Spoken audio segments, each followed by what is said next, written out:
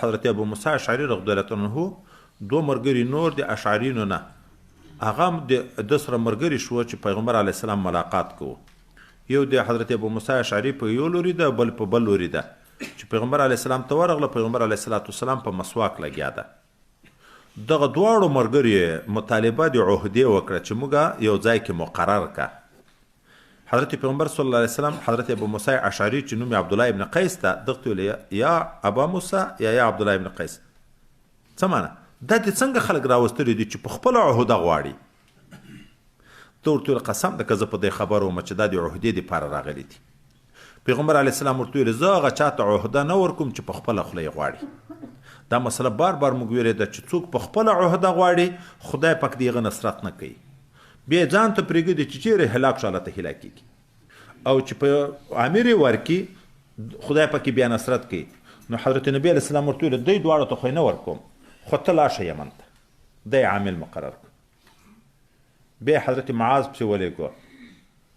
مخکې که تاسو یاد وي چې دا یې ورته ویلې یسرا ولا تعسرا خلکو سره نرمي کوئ او په خپل منځ کې متفق اوسېږئ اختلافات مه کوئ. بیا به دوی دواړه یو بل ملاقاتو ته سره ورتله.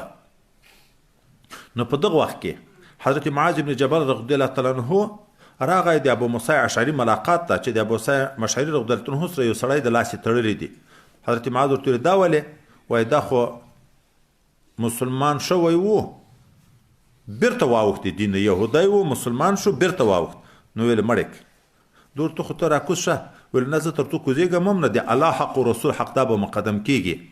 په حدودو کې تاخیر نه ده پکار.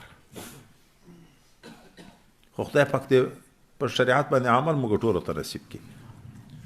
لحاظ د چا پکار ده مدارات پکار دي مداهنت نه.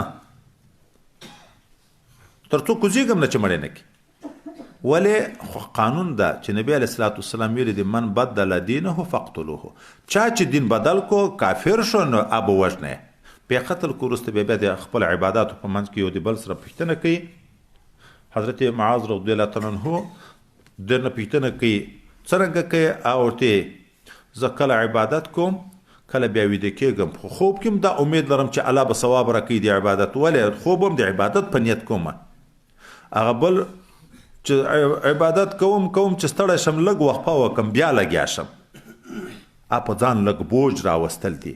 او اوس مخکې موږ ویل چې اقتصاد په دعا کې په ذکر کې په هر عمل کې چې درمیان